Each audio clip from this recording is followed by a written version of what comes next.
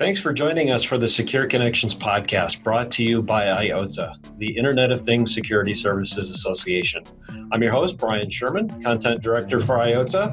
Today's guest is an expert in dark web and an array of other cybersecurity related issues, Natasha Boyko, Director of Channel Development for ID Agent. Welcome to Secure Connections podcast, Natasha. Yeah, thanks, Brian. Really excited to be here. Well, good. I'm glad to have you here. We've had an opportunity over the last couple of years to spend time with you at the events in various locales. Maybe not as exotic of some of the places you've traveled to this year. But, of all the cities that you've gone to throughout the world, what was your favorite in 2019?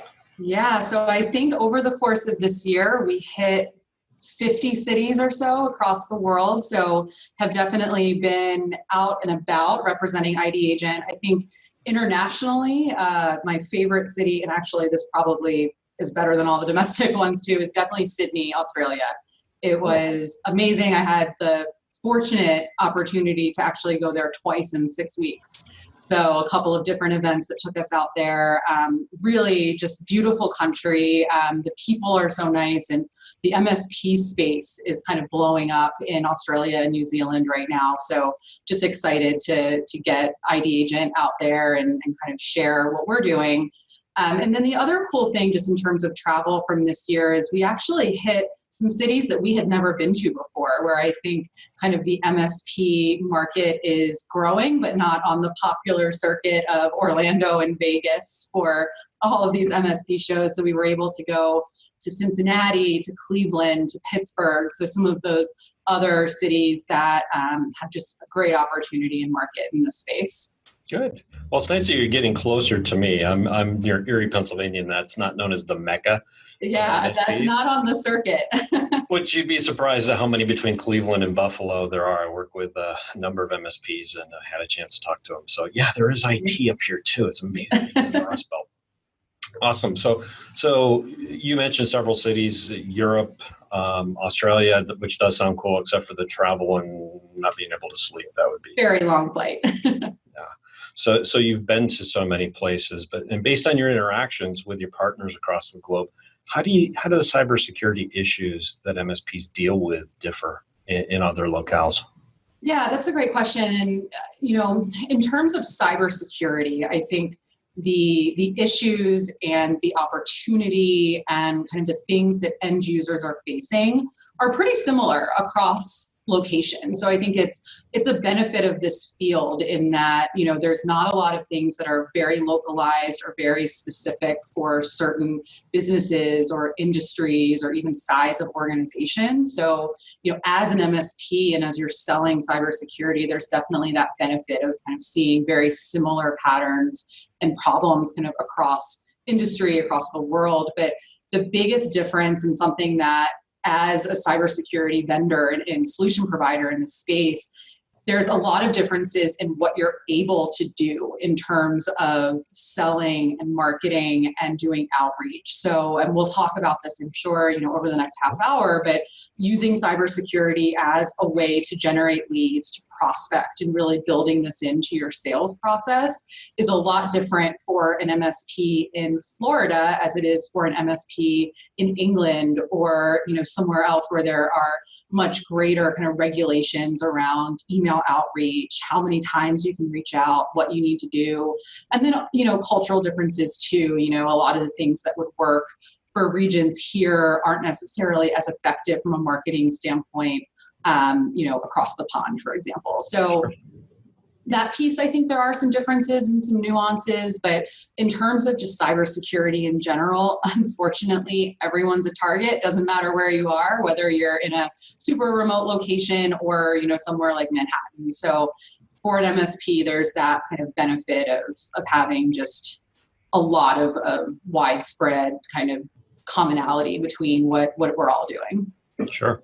No, that makes sense. And I know customer expectations may be a little different in Europe than they are in the U.S. And I mean, even the rural parts of Pennsylvania, if I look at, is MSPs have a very difficult time with some of the backup options, because frankly, when it comes to like internet, there is no backup option or even a primary option in some cases. So Yeah, there's tons of differences kind of in what the expectation to of a service provider. And, whether it's they're more familiar with internal IT and the idea of kind of outsourcing something is a little bit less of a familiar concept. So just lots of nuances. And that's where, from a sales and marketing standpoint, it's really important to know your demographic, know your strategy in and out. very good. Excellent points. So let's shift gears a little bit here.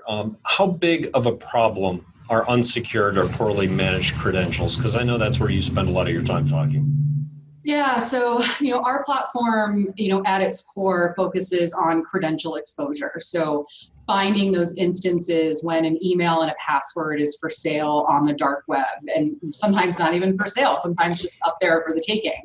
And a lot of times people, I think, have this misconceived notion that, well, now that we've got password managers and two-factor authentication, it's not a big deal anymore, right? Like it doesn't matter as much, it's not as impactful. And it's such a huge issue of these end users and just the catastrophic potential of their passwords getting out there. And I think, we say this stat in just about every single presentation, over 75% of us are reusing the same passwords over and over again.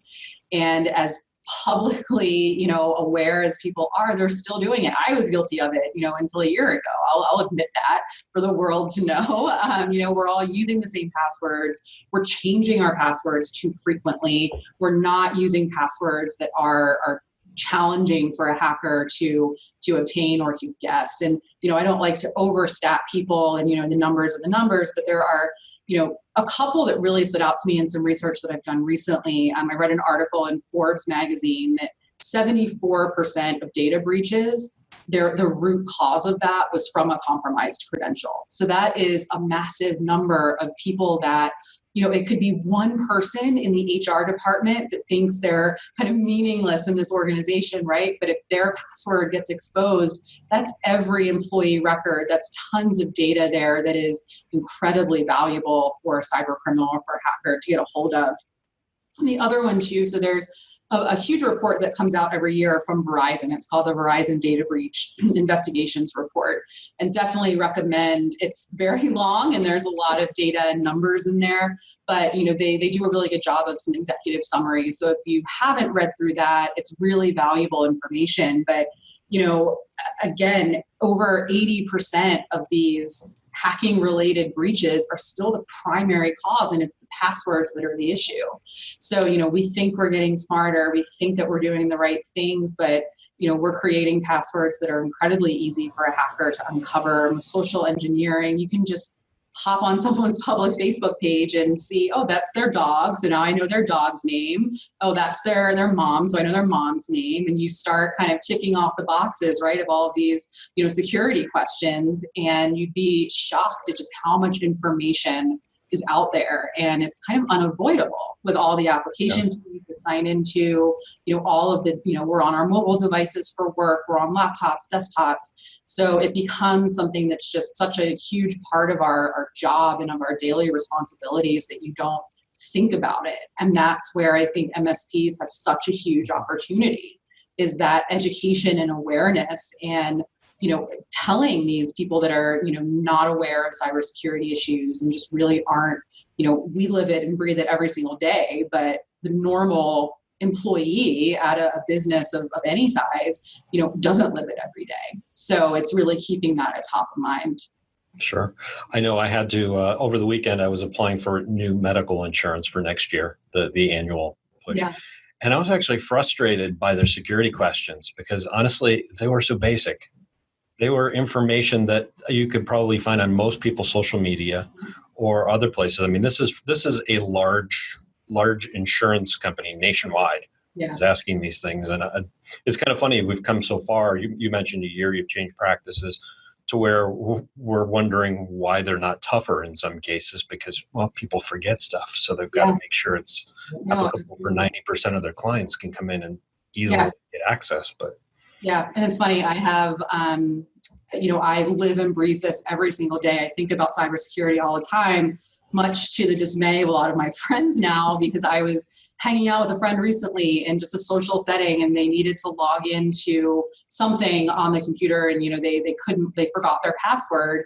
They pull up their iPhone, and in the notes section, they've got all of their passwords listed. And I'm like, are you serious? Like, do you know how easy it would be for me to go and grab that and then basically hack into your entire life? So, again, it's these common things, and these are smart, educated people. But, when you think about just, I need to remember all these different passwords, what can I do? Oh, I'll just make a note of it.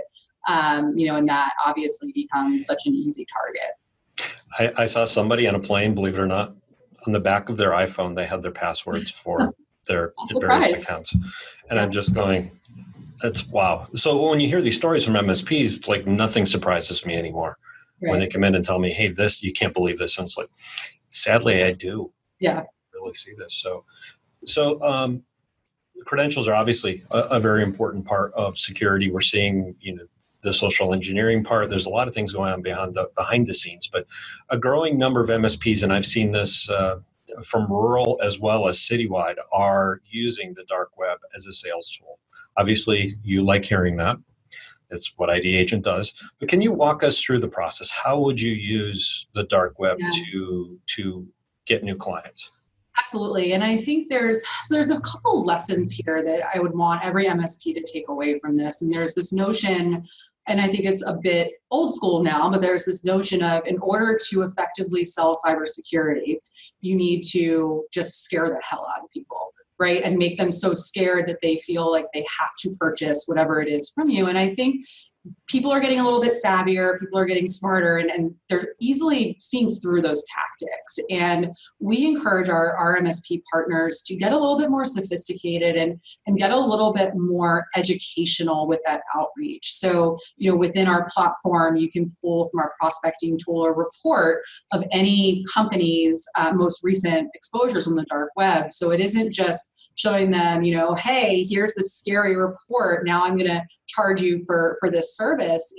I'm going to show you this report, and we're going to talk a little bit before we show it to you, right? So we're going to show you what these exposures can lead to, what this actually means for your organization, and being able to drive that conversation. It isn't just about dark web monitoring and selling this one component. It's using this data to paint the picture and to make a business owner kind of understand the non-technical side of this, right? It's, here are your employees, and here's where they're exposed. Here are the ones that are getting exposed over and over again. Here are the ones that we're seeing the password, and it's the same exact password that was exposed in 2018 that's exposed now. And it's using that to kind of own the cybersecurity conversation. So our partners are going into that prospecting call or prospecting meeting armed with that data, but really using it to set the stage and focus on business continuity, focus on, data protection, focusing on the things that a business owner really cares about. Because at the end of the day, they're going to assume that as your service provider, you're covering them. They don't care about the nuts and bolts of the solution. What they care about is that outcome. So they care about making sure that their business continues to operate, that their data is secure, and that they're making money. So our partners are really, using this dark web data to convey that and to start that conversation. So it's, using the prospecting tool to get in there, to pull that data, to pull the live results. And, at the end of the day, it is scary. There is going to be the kind of light bulb moment that goes off when you show someone their password and it's their wife's name or their daughter's name. It's a very visceral response. And there's a lot of tactics that we encourage our partners to use so that you're not just scaring, but, really it's that education. It's that creating that awareness. And we talk about this a lot, this culture of cybersecurity. And once you get your wedge in, once you, sell them dark web monitoring, sell them security awareness training, then you've got this opportunity to land and expand. Now they look to you as the security expert. And it's like, all right, what else do we need? What other things are going to help keep my business secure and safe?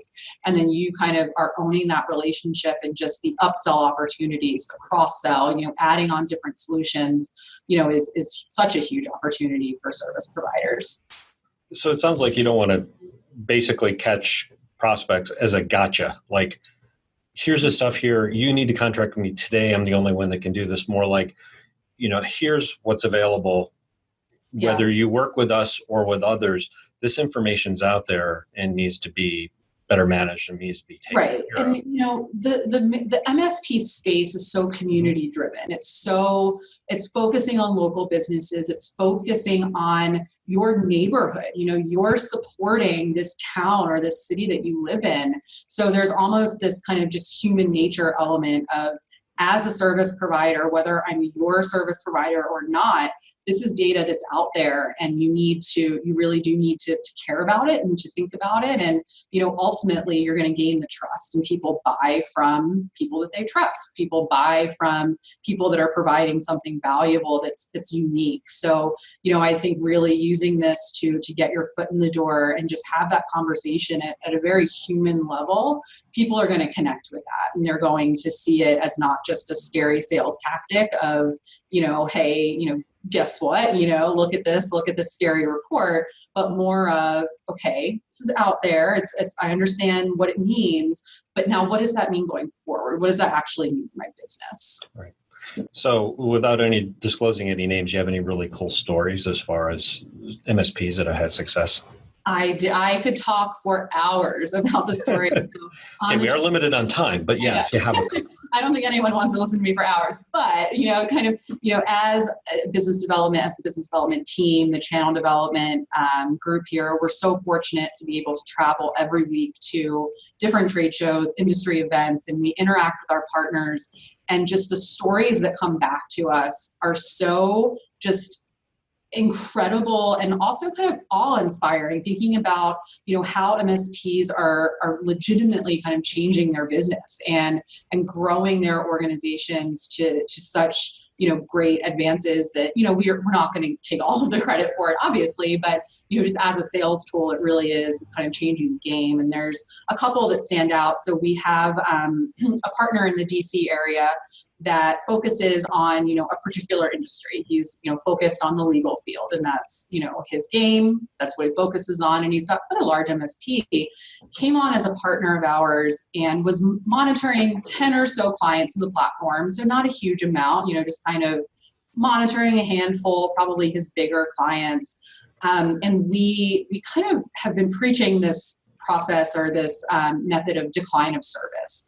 So, as a security provider, you have a certain, number of services that are required in order to be a client. So you send out a form that basically says, I acknowledge the service exists, but I'm declining, I'm signing this document. And that really resonated with him, particularly in the legal field. So he hosted a lunch and learn at his office, and we attended and we kind of, helped with that preparation. And the message was, kind of dark web education, information. And then at the end of the day, it was, this is now a service that we're rolling out to everyone. If you wish to decline, you need to return this document. No one wants to sign that, right? Like, that's creating that idea of, oh, wow, this is really important. I need to make sure I have this. And he went from monitoring 10 or so in the platform to now over 200 clients that he's then reselling for $100 a month. So that is just such a huge MRR opportunity there, obviously, and that's just to his current clients. So that's not even thinking about the opportunity for prospecting and kind of bringing on new people. And, the other story that we share, and this is one of my favorites. So we've recently, or March of this year, which I guess isn't that recent now, we released Bullfish ID, which is our security awareness training and anti-phishing, phishing simulation platform. And it's an amazing tool that, coupled with dark web monitoring, starts to provide, a really great insight into the employee behavior. You're able to show them from a training awareness kind of, risk there, provide a lot of information to your clients. And we had a partner that had a break fix client that just could not convert to managed service. So, those clients that they're like, nope, I'm just going to pay for the problems when they arise. We'll just keep it this way. I don't see the value in ongoing services and, kind of this monthly fee. So we've all got those clients that exist. And he decided to offer a phishing simulation to the employees of this company. Like, look, I'm going to do this free of charge. I'm going to send a phishing simulation, an email to all of your employees, and let's just see what happens. Let's see kind of how your employees are going to respond to this and kind of what the results will be. And what ended up happening was that over 90% of the employees opened and clicked on the email. And then even worse, over 50% of them actually submitted data. So our phishing simulations each have an attached landing page, and that landing page actually prompts the user to type in their credentials. So, hey, we're migrating Office 365. Click here and type in your username and password so we can get you over to the new server. Something as simple as that. Over 50% of those employees actually typed in their credentials. So that's the key to the network, right? That's your Office 365 password. That's huge. So that was such an eye-opener that partner ended up converting that client finally from break fix to a managed service client, and just the ARR, over $100,000 just on that, one opportunity. So, we hear these stories all the time, and it's, again, that eye-opening moment of being able to show them your employees are not as smart as you think they are. They're doing these things, and it's just a risk to your organization. And for them, it's $100 a month. And, it's not, breaking the bank for a lot of companies. So it becomes it's a no-brainer for a lot of people. So basically the employees become a sales prop because they didn't get the memo on the break fix part of the business. Right. So, yeah. Exactly. Yeah. Interesting. Very interesting. But no, thank you for sharing those points. What should MSPs know? We talked about there's some best practices and how people are using it well, but what should MSPs avoid doing when talking dark web, so they really don't come off seeming unprofessional or creepy to, being the geek. You were talking earlier, you're the geek to your friends, but obviously you got to bring it real and make it real to customers. Right. And, there's something that I think is maybe not intuitive that, I would recommend as a best practice, but don't get in the weeds. Don't walk down this path of trying to explain everything and anything about the dark web. Don't try and, show them some screenshots and show them some information. But once you go down that path, it becomes such a complicated conversation. So I would say, really as a best practice, keep it simple, keep it focused on the employees themselves, on the data, on the emails and passwords, on the results of the phishing campaign, whatever it may be. Try not to get too technical. And, I think it's a mistake that a lot of MSPs make in the sales pitch. They try and get too technical. They try and get in the weeds and kind of explain every little detail. And then, that business owner that you're talking to, he's so confused. He's like, I don't know what I'm paying for. I don't know, should I buy this or should, I don't know. So really keeping it focused on that end result of business continuity and just having the business continue to run and to continue to operate and make money. Really, that's what the business owner cares about. And most times that's who you're pitching to. So, using the data, using the kind of awareness training that we can provide. So we can give you screenshots of the dark web that you can use in those sales pitches. We can give you the messaging and kind of the outline of that pitch, but it's not getting too complicated, not getting too much in the weeds, because that's where you lose people. And that's where it turns into a much longer sales cycle, a much longer conversation. And, if you can keep it focused and you can keep it, on here's your exposures, here's the employees that have caused this, and here's what we're going to do tomorrow to monitor this, I think that's where you win, those conversations every time. Very good. Now, one of the top objections that we see from MSPs traveling, we've just completed our 13th Cybersecurity Expo, which has been enlightening for us because the feedback we get from MSPs is tremendous. But the biggest objection remains, and we've seen this, we're too small to be targets. This is the customers, the SMB in particular, or that won't happen to me because, going back to your example you gave before, my employees are really good. They're following security protocol. What's an effective way to overcome those type of roadblocks? Yeah, so I think, again, it comes down to, in your conversation, in your pitch, you want to tailor it to who you're talking to. And that's kind of sales 101. But, it's also, not something that a lot of MSPs do. And they'll focus on Target or Marriott or British Airways and sharing those stories and saying, did you hear what happened to Target? Did you hear what happened, Facebook and all of that? And, a small to medium-sized business doesn't relate to that. They don't really see that as, anything that relates to their business, right? And for those large companies, it's a blip in PR and it's a little bit of a nightmare and they've got to pay fines and all of that. But I can still book hotel rooms on Marriott. I can still book a flight, British Airways or whatever. Not that I probably would, but, it's just a bump in the road. But for these small businesses, they're shutting their doors and they're not able to bounce back and overcome these attacks that happen. So it's, doing your research, doing your homework before that conversation, finding breaches, finding incidents that are in your area, maybe in your region, maybe it's industry specific. So focusing on, if you're working with a hospital or a healthcare organization, there is a treasure chest of information out there on medical center and healthcare exposures and breaches, bringing it to a place where they can see that happening to them. They can see that could be their business or their organization.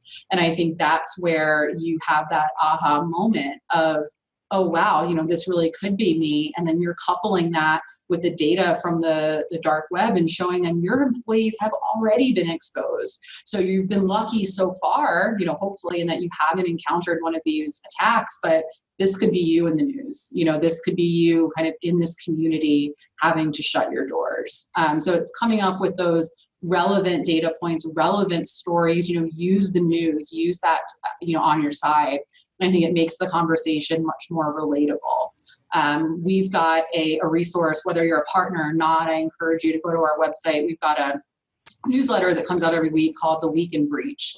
And you can register for that. And we pull together throughout that week tons of different examples, exactly, like I was just talking about, of those news stories. And we've got it, categorized. So it's really easy for you to pull from or just rebrand if you're a partner. But, again, it's making it real. It's making it a reality, because until someone thinks that it could happen to them, they don't care about it. Right. In the general public, I mean, if you're supporting municipalities, there's a treasure trove in the regular news. If you're hospitals, because most of them have to report. But on the small business side, it's been harder to collect that info. Trying to think, there was a publishing house that went out, a couple of grocery store chains that have been hit, not gone out, but tremendous damage to their revenue during peak seasons. But if they can get in and get that type of information from you, that's extremely valuable. There was, I read a story, I can't remember all the details now, but it was, earlier this year, there was a consulting firm that didn't even have a website yet. They were just getting started. They didn't even have, an official website, but they had a couple of clients. And it was a husband and wife that owned this, boutique consulting firm. And the hacker was able to get in through their, payment system. So something like, a Stripe or whatever. So it was their kind of electronic system of collecting payments, was able to get in that way. They couldn't, their business immediately shut down because they couldn't afford to pay for all of the, issues that came about of, this financial kind of, intrusion. And now they don't have a business. So again, it doesn't have to be these large established companies. It can be a husband and wife that are just getting started and they're doing this great work in the community. And it's one little mistake of, a piece of accounting software getting hacked into, that's all it takes. So it's, again, finding those stories, finding that information to make it relevant. Speaking of information, can you share any fun stats on password usage that could cause prospective clients to pause and maybe reflect on their own poor practices? So I think, a couple that I mentioned earlier, that 74% of data breaches are starting with, credential abuse. And, really it's that huge, over 3/4 of your organization, or of these breaches are happening because people are, misusing credentials, that their credentials are getting exposed, that, someone is keylogging or phishing or whatever the attack may be. And again, and I harp on this, and it's just such a powerful statistic, but that, 76% of people still to this day are reusing the same passwords over and over again, or it's, dog's name 123. And then when they're prompted to change, it's dog's name 1 2 3 4, or whatever it may be. So it's just these alarming numbers, 76% of people, that's a ton of people in your organization that are not creating smart passwords, that don't understand. So, you can just Google password stats and, tons of stuff are going to pop up. But, and again, you don't want to overstep people, I think, in the conversation and in the sales pitch, because it, eventually it's going to fall on deaf ears. But, I think the fact that it is still such a widespread issue, and that if you think of any breach, it's coming down to an exposed credential, and then kind of that's the foot in the door for these hackers. So again, just continuing to make it real for them. But sharing some of that information, I think, is helpful to educate not just prospects, but current clients, and newsletters, social media. Share this stuff occasionally, because it really does open eyes. Right. You don't have to scare them, but at least it opens their eyes as far as how things go. And I think on the credential side too, when you look at artificial intelligence and all of these cyber gangs, what they're working on, next generation is scary, because they can filter through all of your information you have online to figure out your passwords in no time at all. It's crazy. And, they're getting smarter and smarter. The attacks are more intelligent. These phishing emails that are floating around, it is legitimately so challenging to spot them. And that's from someone in the industry. There are some that I have to look at for a minute and really think about it. And especially if you think about, your average end user just scrolling through his email on his phone, you don't see that, return email. You don't see a lot of those signals. And it's becoming so hard, and I'm fearful, and, can only imagine what's going to come out in 2020 of, hackers again continuing to get smarter. And for them, it's the path of least resistance. These small businesses, they don't have, if you think about an attack like Target or Marriott, that was an orchestrated, large-scale operation for a cyber criminal to find the team, find the money, kind of come up with this huge scheme to go after a Fortune 500 company. But if they, they're getting smarter though, and they're like, hey, I can actually target 10 small businesses, and it's a lot easier, and I can do it on my own. And the data is the data, I can get the same information, and it's just as valuable on the dark web. So, they're taking that path of least resistance and, figuring out, because it's a marketplace, it's a true business that these things are being, that these attacks are being orchestrated in. So really it's, how can I make the most money quickly? And unfortunately, the small businesses are the target then. And small businesses, many times they're focused on other things like revenue and bringing in new customers. They're not thinking about getting hacked. Right. Well, and that's a great point too, because if you, for someone that's not using a managed service provider, if I'm a 20 employee, dental office, and I think, I can just handle it internally on my own. I'm smart. I can figure out the cybersecurity side of this, and then, one day you've got a dental emergency that takes you away from looking at your, activity and what's happening, that's the path in, and that's where, it's so important for these small businesses to outsource it. Like, let someone else handle all of this, because it's what they do. They understand the landscape of cybersecurity and how a business needs to be protected. So, at the end of the day, I think for a service provider, for an MSP, it isn't just about, I need to sell dark web monitoring, or, I need to sell backup. I need to sell, all of these different solutions and products. It's, you're selling, again, that peace of mind. So it's just as much selling the products as it is what it means to outsource your IT, and what it means to have that peace of mind every day, that you don't have to monitor it. You don't have to figure it out. And that's something that I think, again, there's such a huge opportunity in this market that MSPs are just, cybersecurity is the way in. That's the way to kind of land and expand and get into these businesses. Certainly. So we've talked a lot about pre-sales as far as getting new clients secured. How can MSPs best utilize dark web services after the initial sale? Yeah, so I think it's really important to frame your conversation around the active monitoring. So, we are, you're using that report, you're using that data to have the conversation, and it's powerful. And a lot of MSPs, I think, make the mistake of, selling the report. You're selling that kind of immediate, here's what's happened. And it isn't just about, the historical data, the value is in what happens tomorrow, what happens next week, next month. So, really making sure that you're positioning this as a managed service, as something that you're going to be doing ongoing and active. So you're, selling this. We recommend $100 a month or so, going from that $100 price point as, MRR, that's, the managed service. So that's kind of the first piece. And then with phishing and training as well, kind of bundling that in and using this as kind of, step 1 and 2 of your security stack. But, really it's, not just focusing on one event or one report, but really focusing on that peace of mind and on that active monitoring. And, we're going to alert you anytime a new compromise is found. You can create that workflow with your customer to say, hey, when an email address pops up, you need to address it with the employee, change the password, et cetera. But it becomes, again, you're creating this culture of cybersecurity. So you're creating, this, all right, we're going to be covered. Someone's looking at this every day. They're going to alert us when something happens. Very good point. So I can also see where it would be useful for MSPs to try to leverage these cybersecurity. I hate to call them health checks, but it is looking at the cybersecurity health of a client to improve their client retention and support future price increases. I see there's a lot of issues with how do I raise my prices? I've seen several MSPs that are utilizing these services to get to that point as part of that objective.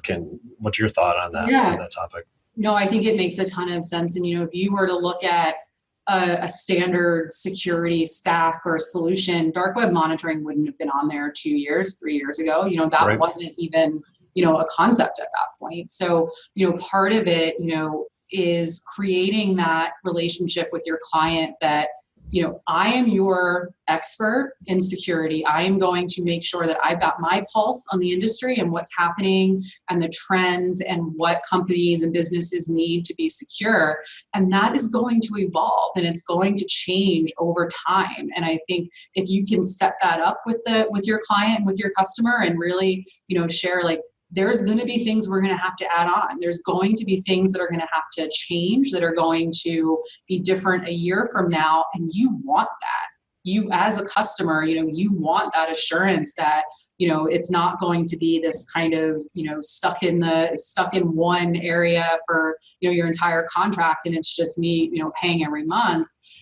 You really want that assurance that my service provider is making sure that I've got the most up-to-date, the most current, the most innovative solutions. And that, again, if you can, create that using dark web monitoring as that foot in the door and say, look, here's something that didn't exist. We went out, found the, just the leading provider of this in the industry, and we're now going to add this on. And this is another level of protection.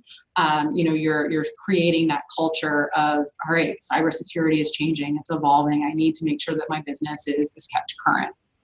Yeah, excellent point too, especially if you're looking at adding 2-3% on your cost each year. Is with that extra charge, we're throwing in all these extra services. I won't say it's successful in every case, but it really does make it simple, or I should say more easier for them to bite off that extra because they know they're getting more too.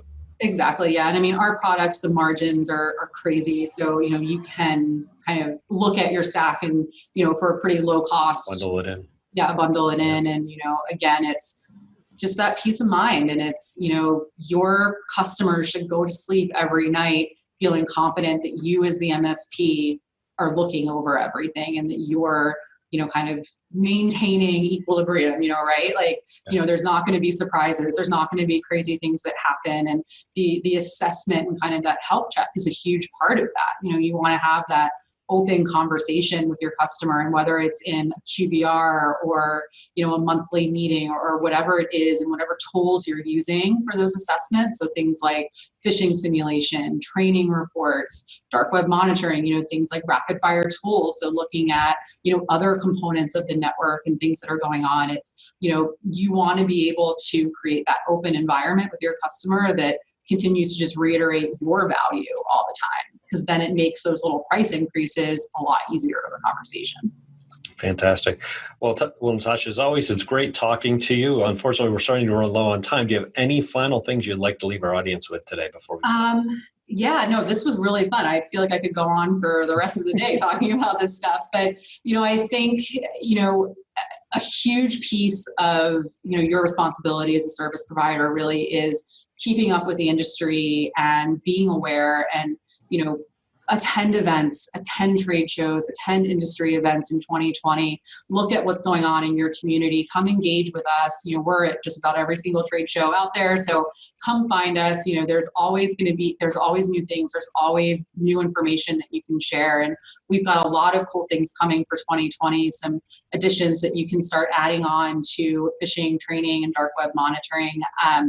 But again, it's a great industry right now to be in because there's a lot of opportunity, and as an MSP, you've got that in your community. So look for us in 2020, and definitely think about how you can continue evolving with the industry as well. Don't just stay in one space. Fantastic. Well, I would like to thank Natasha Boyko from ID Agent for sharing our expertise in the dark web and other cybersecurity services with us today. And I encourage all of our listeners to check out our upcoming 2020 IOTSA Cybersecurity Expo, which is online. If you go to iotssa.com, you'll also find ID Agent up there as well. So check out all the things that they have to offer. With that, I'd like to say thank you, and I hope that you all have a profitable and very safe day. Thank you. Thanks.